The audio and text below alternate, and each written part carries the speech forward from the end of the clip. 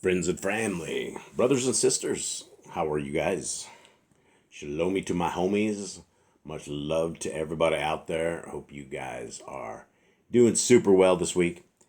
So we're getting a little time crunched here and around Boss Clan these days, and so it's getting harder and harder to get to these types of readings because I'm getting very backlogged in my brothers and sisters' emails. I am getting so many incoming emails that it is taking me hours and hours and hours and hours to get back with everybody. And I don't just reply back to these guys in chains willy-nilly. I take everything they're talking about and I put it back into the email and I address it and I talk to them and try to bring some love and show some compassion and definitely bring a lot of Torah and a lot of scripture reading stuff with them. And so it has taken me a long time. And so it's getting rough. So if there are those out there that are looking for pen pals and guys that will absolutely write you back and guys that are absolutely very much receptive to the word of our Creator, this might be something that is good for you guys. And there's a lot of guys with a lot of hopes. There's a lot of gals with a lot of hopes. I know gals on death row who would love to have some companionship from some females out there. And the system is set up. It's not the old school write a piece of paper and go back and forth. You have to download an app to your devices or you have to log in on your web browser to a place called Securus. And you have to create an account and then you have to add them in a certain way. And I can direct everybody to get how they need to go to get into there. And it costs. If you want to send, Yah Scriptures will absolutely support this if you are willing to be a pen pal. But if you want to fund this yourself, it's 88 cents a message. It's 44 cents that it sends out and then 44 cents that the inmate has to. So most people are indigent. Most people don't have stamps. And so the only way that they can correspond is if you send them a return stamp. And so essentially every message is 88 cents. And if you can think about it, I'm spending 88 cents all the time on this. And so Yah Scriptures has been supported by these scriptures that you see right before your eyes.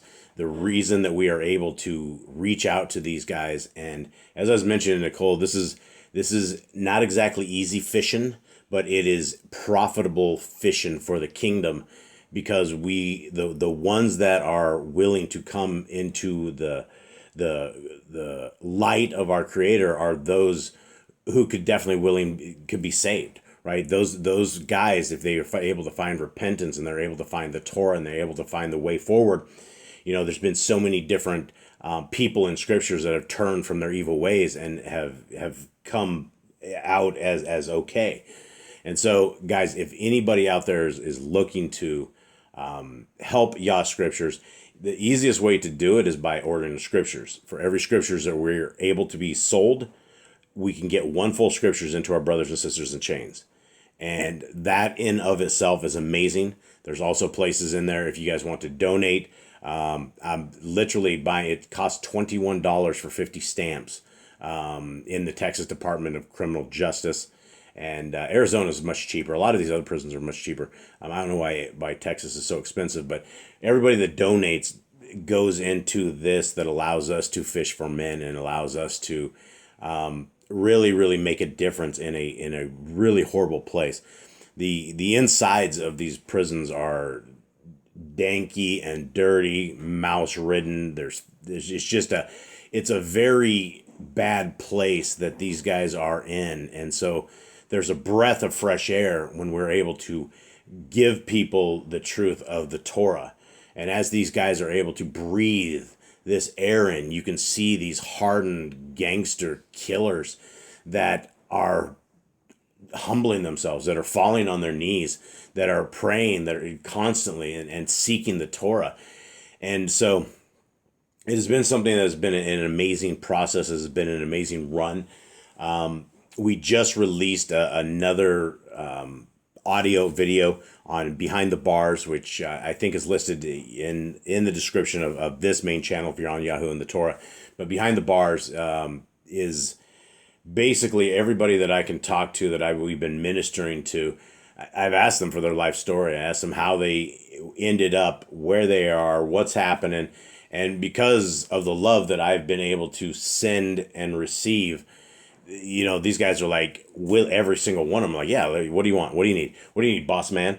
And I'm like, well, let's try to see if we can put out things that are able to stop the progression of this same kind of evil that you guys were involved in, and where your guys are at right now. And so my hopes and dreams on Behind the Bars, because it's kind of nitty gritty, and the next one that's coming out is really nitty gritty.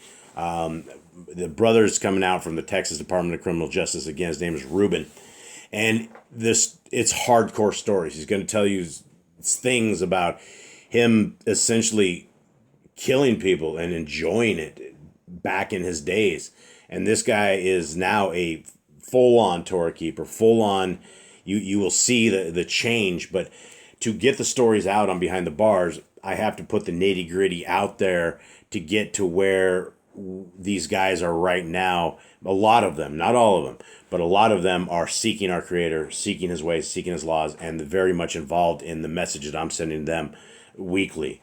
And so with that, guys, that's YahScriptures.com is where you can get this. It's 3,153 pages. It's probably the largest book with Apocrypha that's out there. And because it's large print, you guys can read this forever. It's just you can read, and your eyes don't get tired. Somebody breaks in your house, wants to shoot you, hold it up. I guarantee you it's going to stop something. It is a large book.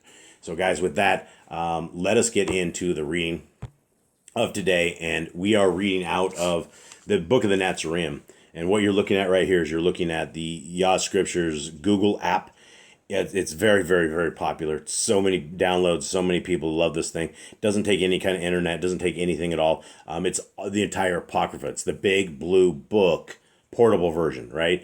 So this costs us thousands and thousands and thousands of dollars put together, as well as a year plus of multiple people's times, many times, to get through this, to get to this where it's at. But it's something that it was a one-time investment. So we are able to give this away absolutely free of charge, and we hope that everybody that has a Google app will use this. And so this is the big blue book digital version. And so here we are into the book of the Nazarene. And this is our Messiah as he is talking with the people, as he is walking amongst the people. And for those who do not know, Messiah Yahushua, there are no J's in Hebrew. So I will refer to those who call him Jesus as his Hebrew name, which is Yahushua, Yeshua. There's several different variations of it, and I'm very, very sure that our Messiah would absolutely look back and probably even address those who called him Jesus. That's probably not the point. The point is that we have been told from the beginning of the book all the way to the end of the book that there is a people, a coveted people, a people who live under a set of rules, a set of guidelines, and they're happy doing this. We are the people that love the first 5 books of Scriptures: Genesis, Exodus, Leviticus, Numbers, and Deuteronomy. Those are the books that we hold very dear in our heart, that we are unable to sin against our Creator. And there's a tremendous amount of reasons to keep them. And one of the biggest reasons that you would not want to not keep them is the expense of your soul. You are judged, we will be judged by the first 5 books of Scriptures. How our Creator operates, has devised humanity, how he wants us to worship, how he wants us to eat, how he wants us to clean ourselves, how he wants us to take care of the sick, how he wants us to take care of retail business. It's all in the Torah of itself. And so when we don't even know it and we've neglected it, then we've lost all of this good instructions that there's no better leader for us than the Creator of the universe who's given us. So when you say it's nailed to the cross, I'm always, at this point in my life, I know that's very satanic when people say that. It's something that is very rude. It is something that is very crude. It is something that you wouldn't ever say to the Creator of the universe that, what you said holds no value to me. I'm going this new way with this guy named Jesus. And it's heartbreaking that this is what the most of the world looks like. There's very, very, very few people that are trying to serve our Creator with all their heart, with all their mind and soul. And you're not going to serve Him with all of that unless you know the first 5 books of the Scriptures like the back of your hand. It's why we actually have a commandment that says that we should have them as frontlets before our eyes. It's something that we wouldn't look at anything in the world without the lenses of the Torah. We would want to make sure we have the spiritual defense and the strength of the Torah, the light of the Torah in our lives. And if we don't have that, then we're living in depravity. We're living in sin. And ignorance is not bliss when we're standing in the fire. Ignorance is not bliss when our Creator has given us in this day and age every bit of access to these scriptures. Everybody can download this. You can find them. There's Bibles everywhere, right? You just go online if you need to read the scriptures. But the point is, most people don't read scriptures because they don't care, because they have so many other things going on in this world. They've been taken over by this world. So let us go into the words of our Messiah as he was hanging out with all of them. Okay, starting with 8. Passing along the beach, Yahushua and 3 Talmidim came to where a group of people stood. And they were of those who walked in the light of the Torah, but they were self-deceivers, who trimmed the lamp to suit their convenience. One said, "If you are really sent from Elohim, show us some sign as proof. Then we can believe what you say." Okay, so before we roll too far into this, these are people that know the Torah. These people very much know the Torah, but they change things, right? They do things that are against the Torah, possibly not loving their neighbor as themselves and not taking care of the poor and needy. All these kind of things that our Creator has said to do. There's things that we can, shy away from, and we do even as people today, because if Messiah says that the greatest of the commandments is, number 1, to love our Elohim with all our heart, mind, and soul, and then to love our neighbor as ourselves, that's a big task. That is something that we all need to be looking at those who are disadvantaged from our advantage point and see if we can help. There's a lot of things we can do. It doesn't necessarily take money. It takes sometimes hugs. Sometimes it takes a bag of burgers to those who are sitting in a homeless camp somewhere, or something of the sort, a little bit of love somewhere. And that changes a lot of things. So continuing on, Messiah says this. Yahushua said, "Why are you always demanding proof? Certainly this generation is undeserving of proof. If you are invited to dine with a man, do you ask him to prove his food is good? If you were genuine, my words would strike a response chord in your heart, and you would know. If I drew aside the curtains to reveal the glory that is in the Shamayim and you believed, would your belief bear the fruit of goodness? It would be like unseasoned timber or untempered iron." Okay, this is a big thing about believing what we cannot see. And a lot of people, that is hard, because the first thing that Christians always tell you is faith. You got to have this faith. It's not really a faith when you realize that something created this world. When you look at the intricacies and you do a study, and guys, there's over 1 trillion different kinds of life forms and species all around us, from all the way from us to the big birds and to the big animals, all the way down to the bacterial level. There's 1 trillion different things that are all taking a breath at the same time as we are. Think about that.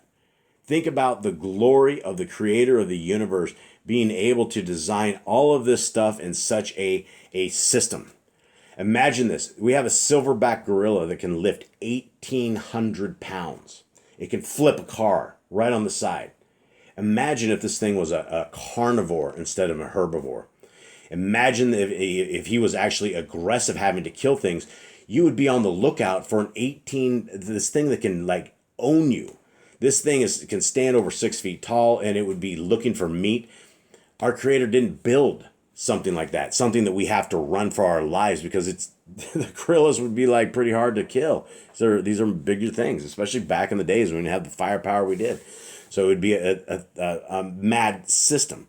But you look around us and everything from the carbon dioxide that humans breathe out to the carbon dioxide that plants breathe in, and the ecosystem that we have under the firmament that we have, and it's perfect. Everything is absolutely perfect. Where imperfection comes is when men come and take what our Creator has given to us and make it their own and do evil things with it, which is exactly what Hasatan has done. So the Messiah says that we need to have this understanding. And if you want to call it faith, or just call it, hey, I want to be on the side of the guy that created me, and I don't want to even mess with the other side. I see their imperfections. I see the devil. He has everybody addicted. They're all up in the streets, all passed out cold, nearly dying. I see the works of the devil. I see him putting all food made cling and taking the laws of our Creator and putting them on the cross, right? So we have to take it as whatever you want to be, but we have to believe that we believe that we believe, because what else are we going to do? Who made what?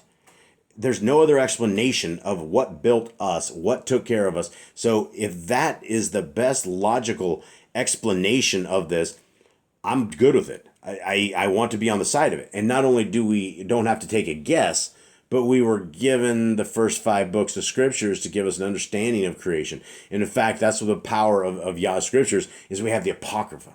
So we have the full book of Enoch. So we understand life as it should have been. We understand there's no spinning ball and all this crazy stuff. We realize there's gates in the skies, and that the sun and the moon come out of different gates. It creates the seasons. And we learn all of these other things that they've pulled away from us. And so when you see all of this and you see the Apocrypha as one big book, you see books like Second Esdras, where it talks about what happens the moment after you're dead. What happens to the bad? What happens to the good? How are we sorted? Right? We don't know any of this stuff, but we learn it inside the Apocrypha. And as we learn it, it all makes sense. It all jives together. There's not something that Enoch that discounts anything else. In fact, you have all these other people that are always quoting out of Enoch. So it is a beautiful understanding of a giant system that our Creator has built for all of us. And if you want to reject his good instructions, which are the first 5 books of scriptures, then you're rejecting him. It's the same way as if you tell your parents to get bent and you're rejecting what they're saying. Obviously, you don't like what they're saying. Parents aren't going to be happy you said that, right? That's the same thing you tell our Creator. When you say the nails are on the laws are on the cross, you're telling our Creator to get bent. And that's not a good thing to do, because we have Torah commands that say, don't provoke our Creator. Don't tempt him. Do what he says to do. He's righteous. He's good. There's no reason we shouldn't. It doesn't hurt us. So I just got off in the weeds on that, guys. Let's get back into this. 10. A crowd started to gather, and Yahushua returned to the boat. And as people began to jostle him, he ordered it to be taken out and led away. As he was getting into it, a scribe pushed forward, saying, "Let me join you, and I will follow wherever you go." Yahushua said, "Foxes have holes and birds have nests, but the servant of man has nowhere to lay his head. Not even a board is offered to him here. If you are sincere in your offer, let this be the place of your labors, for you are not a hardy man." Okay, a lot of stuff, right? We've heard this before. Foxes have holes, birds have nests. This is in the regular Besorah, the scriptures that we have. And this gives us a little glimpse into the life of our Messiah, that life for him wasn't real comfortable. It wasn't great. He walked a hard life. He always had, probably far more than we have ever had, the hand of Satan that was always trying to mess with him. Probably more demonic activity that he had to defend and take care of than any person. Because when they were figuring out that the Son of the Most High was sitting here walking amongst them, this is why you have incidents with 40 days of fasting in the wilderness, where there's all these evil entities are trying to make our perfect sacrifice, our perfect salvation, our perfect leader fail, and he didn't. And so this is why he became that just absolute perfect sacrifice. Continuing on, another man with him said, "Then let me come, but may I first have time to bury my father." Yahushua answered, "What service can the living render the dead? Leave the dead to their own kind. Okay, a lot of things people don't understand. This is again a quote out of the regular Besorah. Let the dead bury the dead. And a lot of people don't understand it, but in Hebrew culture, it is a many day process to bury the dead. It's not like you just go to the funeral and you that's it. It's like you have ceremonies and you have weeping times, you have all of this stuff. And so it was a big deal. It wasn't like he was just going to go, the next day and bury the dead and head off. He would go through the ceremony of the dead. And so a huge thing here is leave the dead to their own kind, which is what it always feels like a lot of times with the Christians. And I know there's a lot of people that come out of Christianity, but the majority of the people in Christianity are attackers and abusers, and they will completely railroad you over with the same doctrine you have heard over and over and over and over. Like, oh, Paul said this, and blah, blah, blah, and foods made cling, Peter had a dream, Romans road, Paul says. It's the same stuff. They have no new defenses of anything, and when you bring the Torah up, they are programmed to get angry. They're programmed to dismiss the Torah, dismiss the mighty words of our Creator as nothing but old school rhetoric. And that's why it feels like the dead are always, that at some level, if you are unable to snap out of Christianity, then you have eaten your own dog food. You have literally hung out with the dead for so long, and you're okay with this. It's not even lukewarm scriptures, guys. It's not. They don't have the first 5 books of scriptures where we have about 158 of the greatest commandments that we can still do today that aren't going killing the animals. We're not sacrificing. That's the thing, that's part of the Christian stuff is they're like, they're there to make fun of you. Oh, you're just going to go sacrifice some animals, huh, dude? Yeah. No, we're not going to, because we have a Messiah who became our sacrifice, and he became our Melchizedek priest, and he became a lot of things for us, but he's not going to be anything for anybody unless you are a Torah keeper. Matthew 7 says, "Depart from me, you who work lawlessness." In fact, it says it twice. Very important chapter. You guys should read that. Very slow. It's a great one. Continuing on, the boat was taken to another place. Then it was discovered that as no bread had been obtained previously, there was insufficient to provide a good meal for everyone. While they were arguing about how it should be distributed, Yahushua said, "Let those who get some take care of their..."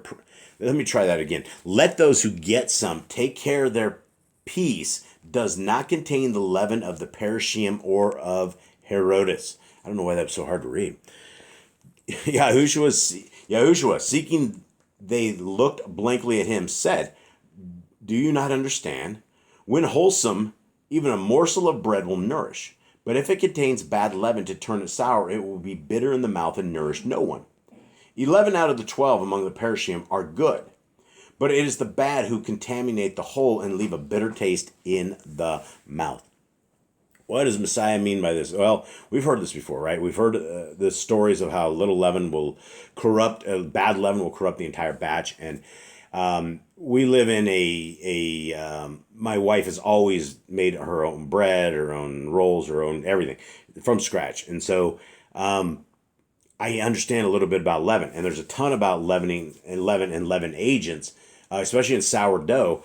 But to make the bread rise, you have to have a compound that ferments it, basically, that makes it tangy. And so what Messiah is talking about is you can really get like some bad leaven, like stuff goes bad. Some of the stuff that we've gotten it will go bad. You got to keep it in the freezer. For the most part is what in my experience, but it definitely goes bad, and you can tell. And so a little bit of anything goes real bad. Another story I have on that is that we, as preppers, we were always trying to keep flour and preserve flour in the environment that we are. And we're in the land of a billion different bugs. We are the prey. We are the predators have us. And so we tried to preserve flour every way possible, and we finally found the actual recipe to do it, which is a lot. It's way more expensive, but I was trying airtight barrels, food grade barrels, all this stuff, but eventually, like I don't know how it is, but the bugs would come out in the flour. Given enough time, this flour would corrupt itself, and you could.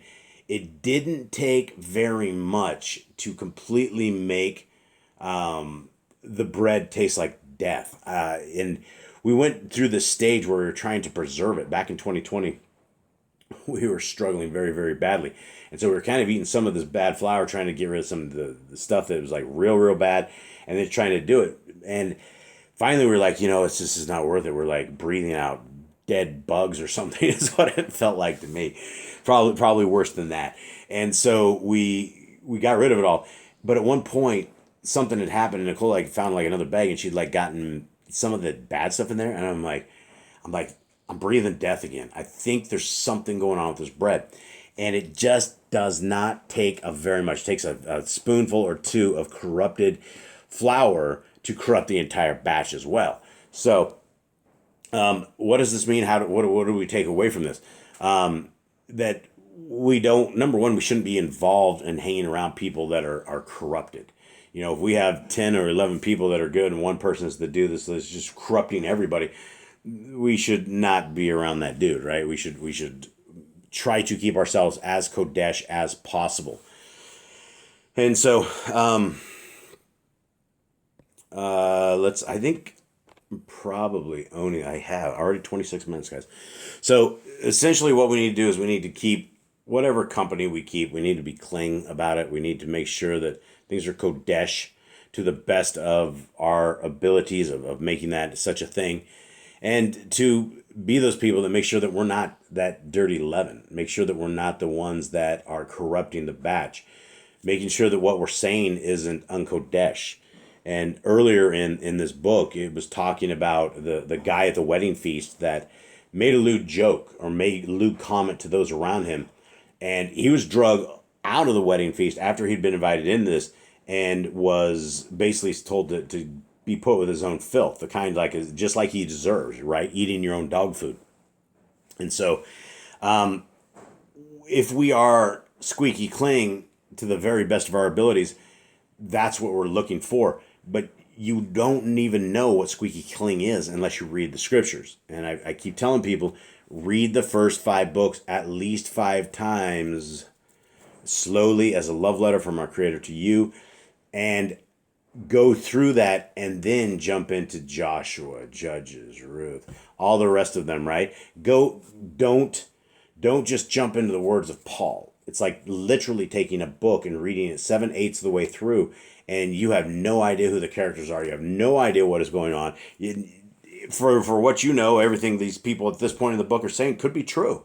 But you have to go back to the very beginning, which is why we start on page 1, which is why we read it as an enjoyment, as something that's not like, oh, this is so boring. Because again, scriptures are exciting. Everything. It's very, very exciting. From creation all the way to these Israelites that were stiff-necked, doing all sorts of crazy stuff, to the ground eating Korach up, or actually burning him, and ground eating up his family. There's just so much excitement in there. Nothing is really boring at all. It gets a little bit weird inside the Levitical side of things, I would admit, because there's a lot of ceremonies, a lot of stuff, and just multiplied by 12. And so to get things done right, it has to be repeated over and over and over. That's the only stuff, and it doesn't really last that long. So when you make it through that, and we should understand about the Levites, we should understand about the Levitical priesthood, we should understand about the things that we're going to have to do in the kingdom to come, which is definitely keep the Shabbat, definitely keep the appointed times, definitely keep the laws of our Creator. There's going to be a lot of stuff, right? It's not going to be a group of lawless rebels eating their pork rinds. It's not going to happen, right? It is a group, as a holy convocation, a group of people that are like-minded, that are willing to fall under the rules and regulations of the greatest Creator there probably ever is. I mean, he says there's one. I don't think there's another creator. So it is the greatest creator ever. And here we are, guys. So we have an opportunity to seek our creator. We have the opportunity to fall in with the devil and end up wherever the devil wants you.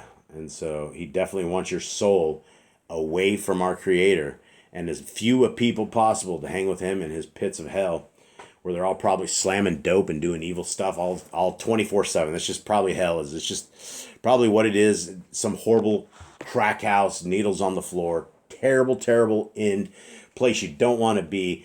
And our creator and his son have completely rejected you. And there's no hope. And this is where we get the best of where we get is that crack house. All right, guys. Much love to y'all. I'm out.